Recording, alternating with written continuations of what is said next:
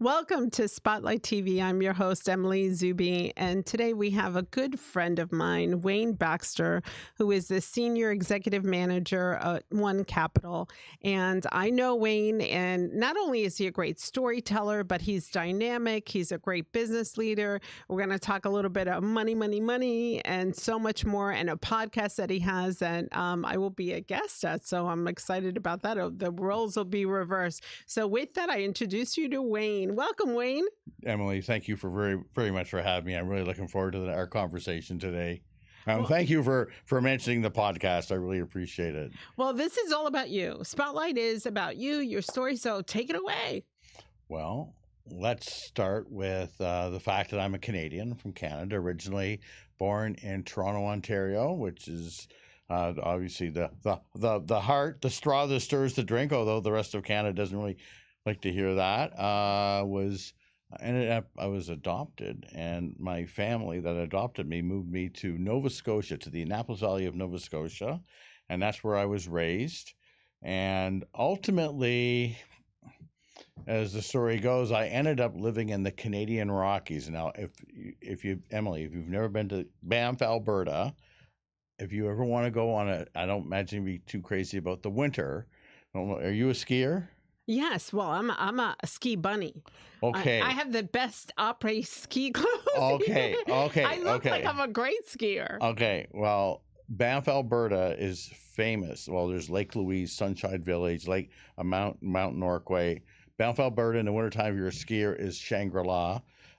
Summertime in Banff is spectacularly beautiful. So I lived there for 6 years. Most people go for 6 months. I knew a good thing. I stayed a lot longer. And in fact, when I left Banff and moved to Toronto, I was homesick for Banff for almost 6 more years. I remember watching TV, shots of Banff on TV after I moved back to Toronto, almost started crying. So my story, and in terms of my career, really was one of good fortune. I had my own construction company. And this is during the early 1990s, and Canada was in the midst of a bit of a recession.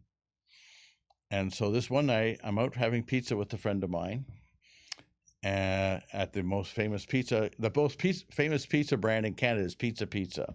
So we're at the local Pizza Very original. Pizza 967-1111. Call Pizza Pizza. Hey.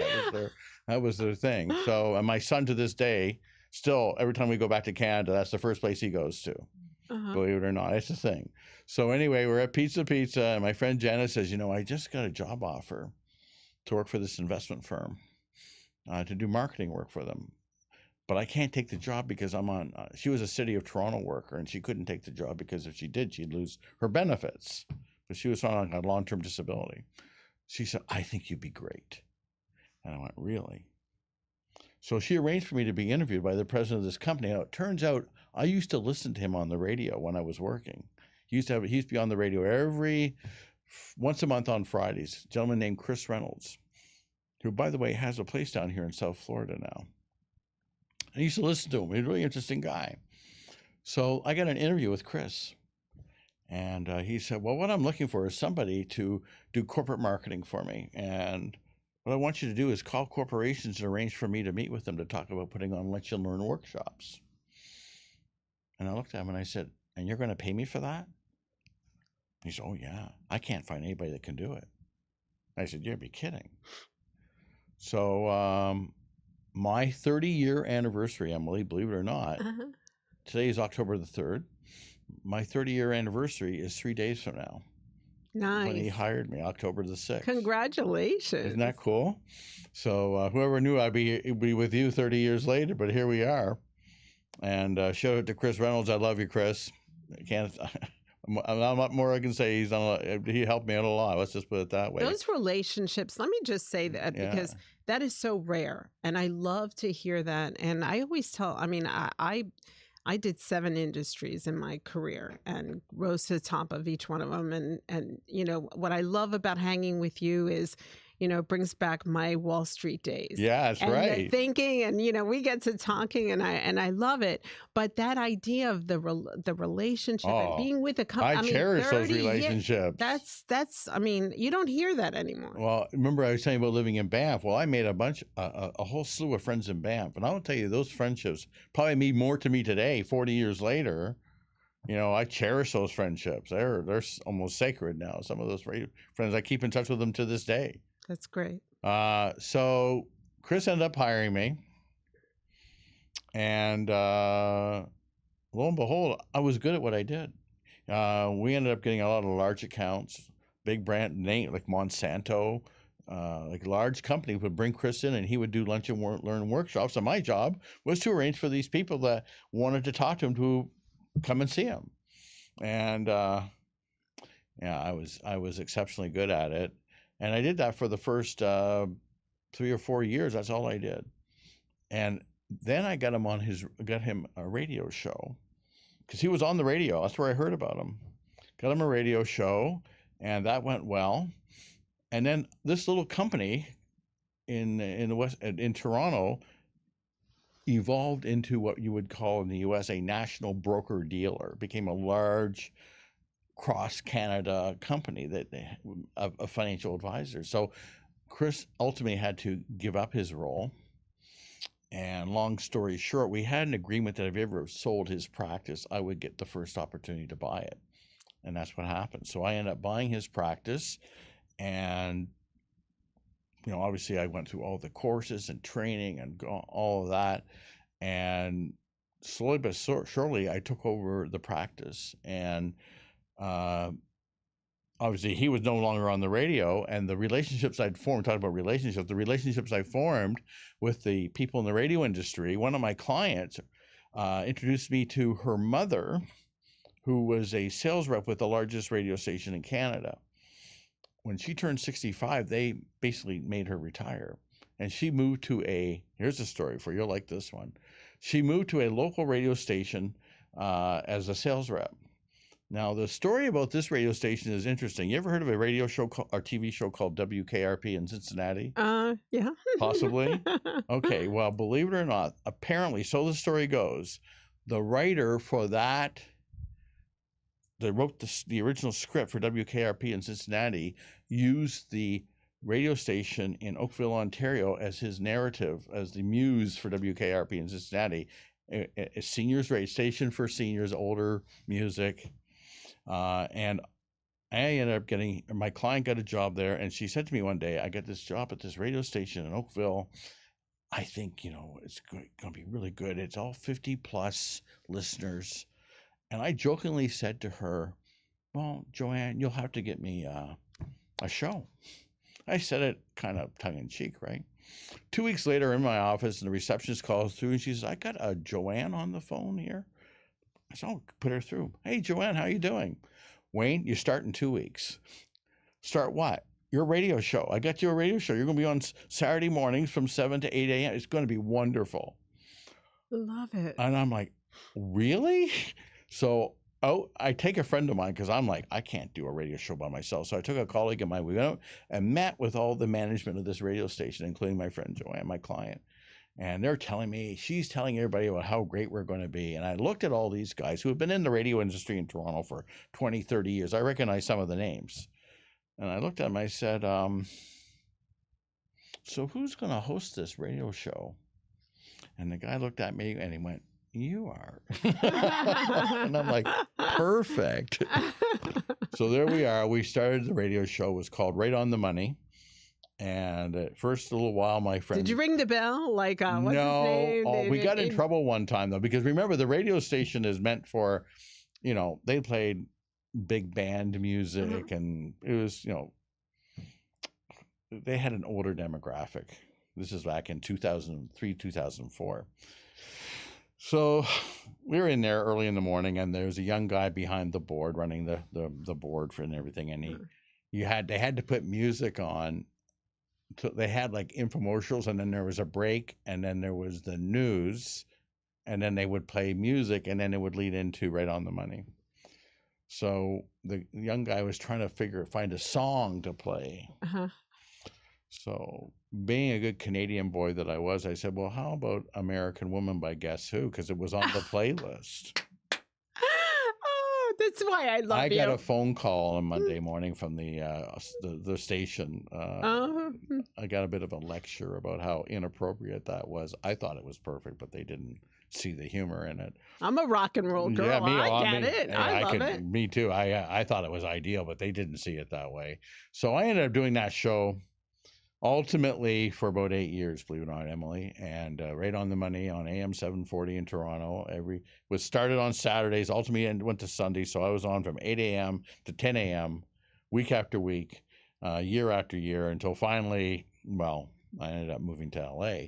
So that's a story unto You have itself. the history of sticking with it. I mean, Yeah, yeah. I Well, like yeah. that. I'm a almost to a fault.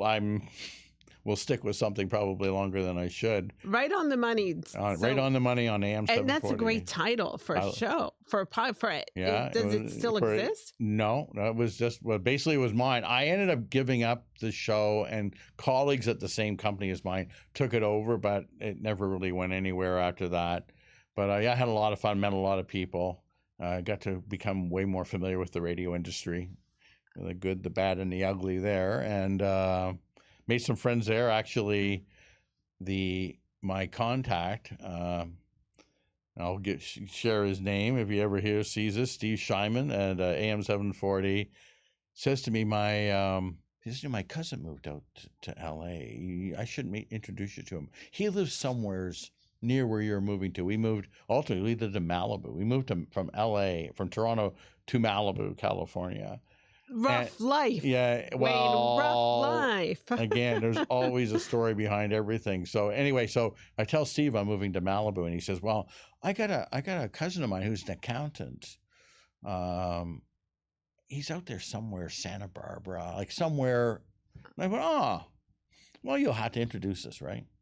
So once I get all settled, I guess I reached out to Steve because I consider him a friend, and he said, oh yeah, you don't forget, I gotta introduce you to my cousin.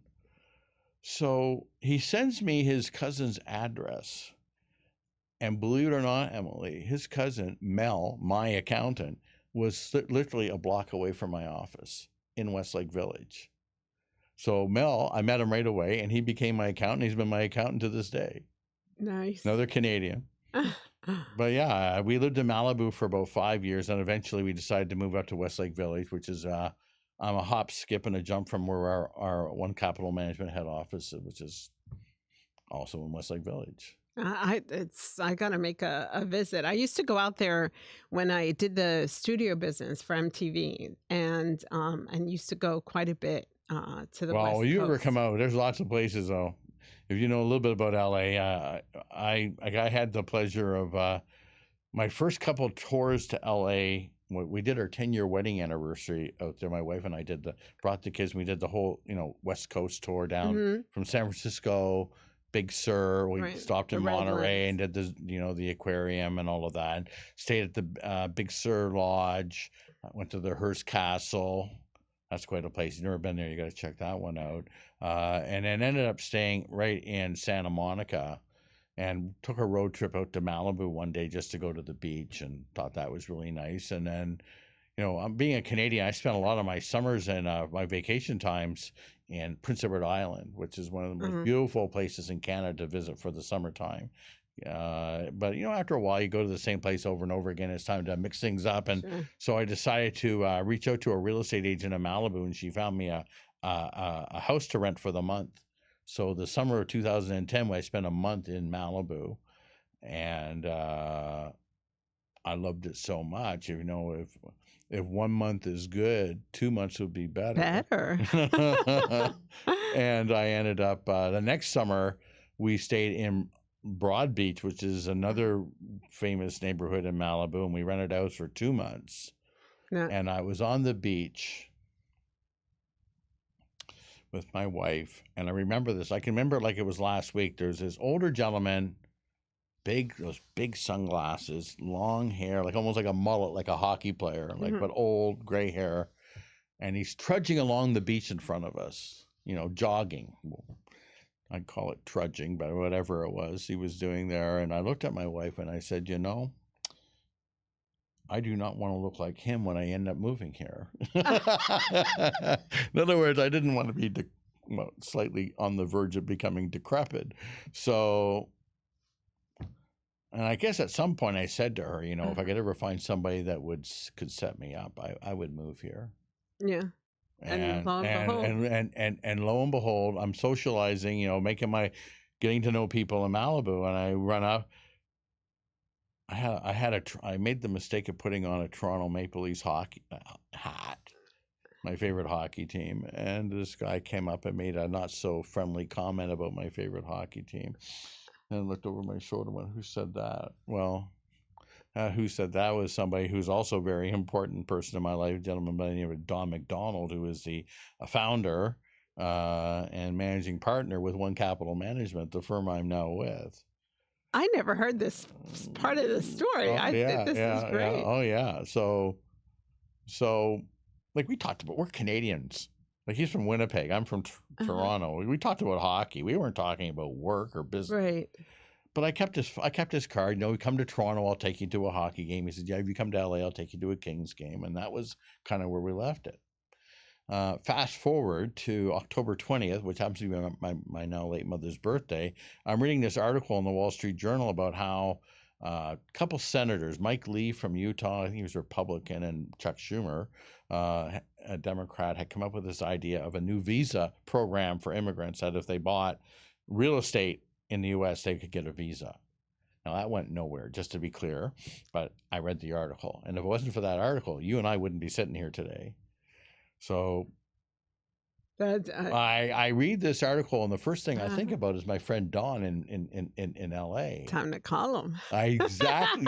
Great minds think alike. Ring, ring. Well, the thing of it is like, how did you move there anyway? And so one thing led to another, and he said to me, you know, our firm is licensed to trade securities, you know, stocks, bonds, ETFs, that sort of, in both countries, Canada and the U.S. They're like a unicorn. There are very few firms in North America that can do what Capital Management does. And he says, if you're looking for a change in lifestyle, why don't you come work with me? So I went to my wife and told her about it, and she said to me these famous lines. She says, well, if we don't do it, we're going to spend the rest of our life wondering, what if? And then the kicker. And she says, well, and besides the point, if you fall flat on your face, somebody back in Canada will hire you. You know, with that kind of a vote of confidence, who could... No, obviously my 14-year-old daughter and 11-year-old son at the time weren't overly as excited about this whole idea, but we decided, well, you're coming along anyway. And my real big goal of all of this was, you know, I want to get my kids U.S. citizenship. And obviously myself and my wife too, but I thought it would be great my kids could live and work anywhere in North America, not just, wonderful, you know, within 100 miles of the U.S. border on the other side.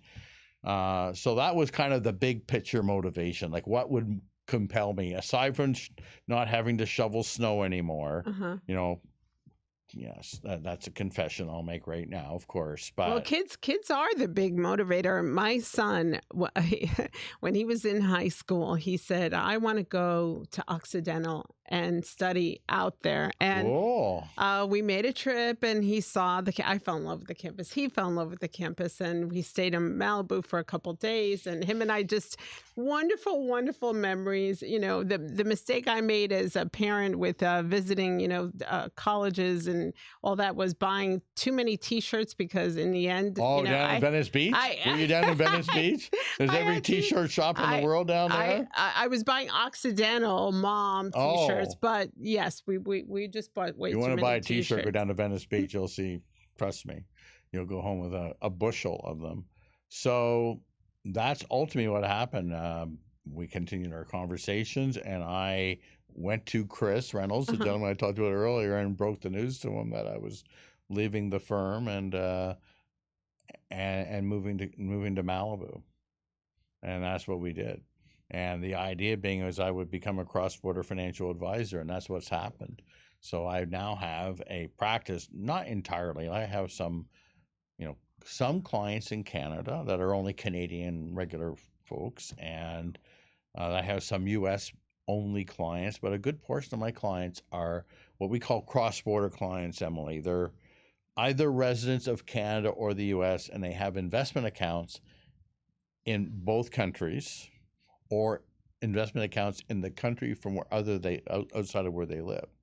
Or another example I could give you is I have a client who's in the entertainment industry, an actor who lives in Southern California, and he inherited some money, a death in the family in Canada, and he inherited a sizable amount of money.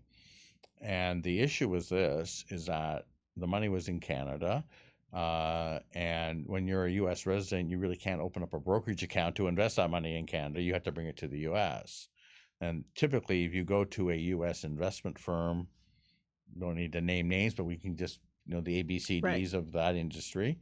You go to them and say, I've inherited a sizable amount of money in Canada. They'll welcome you with open arms, like no question. But there's a barrier to entry, and there are two. One is the cost of moving the money from the Canadian bank account to the U.S. bank account can be rather an eye-popping surprise. The other thing is you have to convert that money to U.S. dollars. And right now, the Canadian dollar is hovering somewhere right around 74 cents US. So, forget about dollar for dollar, old school par, which is what he used to talk about.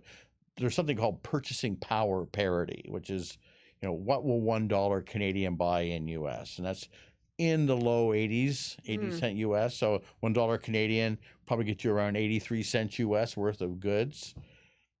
Canadian dollar right now is trading around 74 cents. So you're taking quite a haircut if you sell your Canadian dollars today. Mm-hmm. So the great thing about our firm is that we can bring those Canadian dollars across the border and keep them in Canadian dollar denominated securities. We can put it in anything from a cash account to a fully invested stock and bond portfolio in Canadian dollars, invested in Canadian security. We're a rarity in this. That is a unicorn. Yeah, exactly. Model. Yeah, 100%. So, and we can we can turn the tables completely the other way, where you have someone who's got the opposite experience of, relocating to Canada or in Canada, inheriting money from the U.S. We can bring U.S. dollars across the border to Canada and keep them in U.S. dollars. So it works either way. Love it. Yeah, so that's kind of what I provide investment wealth management services through One Capital. And what we do really, Emily, is help our clients grow, protect, and ultimately distribute their wealth. So when someone comes to us, we're not a brokerage firm. So we're not just trading, we're actually, clients come in, we sit down, and I have really three questions. A, can I help you? And the second question is, are we compatible? In other words, do we get along? Mm-hmm. And three, do you want to take my advice? And if the answers are yes, yes, and yes, then we have a great way to start. We can start working together, and we'll work to put the complete financial plan for that client together, whether they're on Vancouver Island, Edmonton, Alberta, Toronto, Ontario, Halifax, Nova Scotia, Fredericton, New Brunswick, wherever across Canada you can think of, or anywhere from the Pacific Northwest to here in South Florida, or in Southern California, Orange County, San Diego, LA, Bay Area, Silicon Valley. I have a lot of clients in Silicon Valley, the Midwest, Ohio, New England states, all up and down the coast. I have clients literally all over the country. We do the same thing put together really well thought out wealth management strategies, and we'll connect those clients as needed with the subject matter experts that they're going to need, the estate planning attorney, obviously the tax advisor. And if we're helping a family relocate, say from Canada to the U.S., obviously the first person is the immigration attorney. That's really the first thing you have to figure out: can you immigrate here and how? And then you get into tax planning. But there are, you have to have a property and casualty advisor, insurance advisor, obviously real estate, mortgages, real estate agents. And we put the whole team together for the family when they relocate here. So it's turnkey. It's turnkey, and that works the other way around. So if someone's, actually, I was going to talk to you about this after, when I met somebody this morning who's told me he's thinking he wants to move to Canada. Yeah. And I'll be honest here, we're in October of not. There's an election here within about a month, right? So this is when we start getting the I want to move to Canada conversations start to come up more often. So not surprising, I had one of those conversations this morning. This morning. Yeah. Well, let's switch gears real quickly as we start to wrap up. But one of the things that we're doing is our leadership legacy, 15 years, and a coffee table book of leaders. And the one question that I always find fascinating is, what is your secret sauce to success? Those who fail to plan to fail. That's what I'll start with. And I'm glad you asked that. That's a great question, because it does, there is some God-given thing. We all have traits and gifts that we're given that help us along the way. But one of the best pieces of advice I got from my friend again, Chris, was to put together a plan for yourself, not just for your clients, but you need to have a plan. So starting back in the late 90s, he actually gave me the outline, a template called Systemizing Your Business. And I started filling out the Systemizing Your Business plan back, I think the first one I did was in the late 90s. And every year I would update it. From the time I was, just starting out, like being a wealth management advisor, and I would have like a 3-year goal. Because he told me, if you don't write it down, it's not real. So anyone who, watching us today or listening, if you have any dreams or goals that you really want to achieve, put it down on paper. Because if you have it up here, it's not real. So write it down. And I remember the first time he ever taught me about that, he taught me about this lady he knew. She, one of her big 3 goals is she wanted to own a Jaguar. And, something she aspired to do. That was her thing. So she wrote it down, like one of her goals. So he said, you got to write it down. So the secret to success is write down your dreams, and don't be afraid to dream. That's another thing that people are afraid to do. Oh, that ain't going to happen. I can't do that. That won't happen. Nonsense. If you want something, write it down, because once you make it, once you memorialize it, it becomes real. So that to me was something I did, and I did that all the way through. And I can tell you, the last one I did before I moved to LA, I could show it to you. I hit all of my marks on that.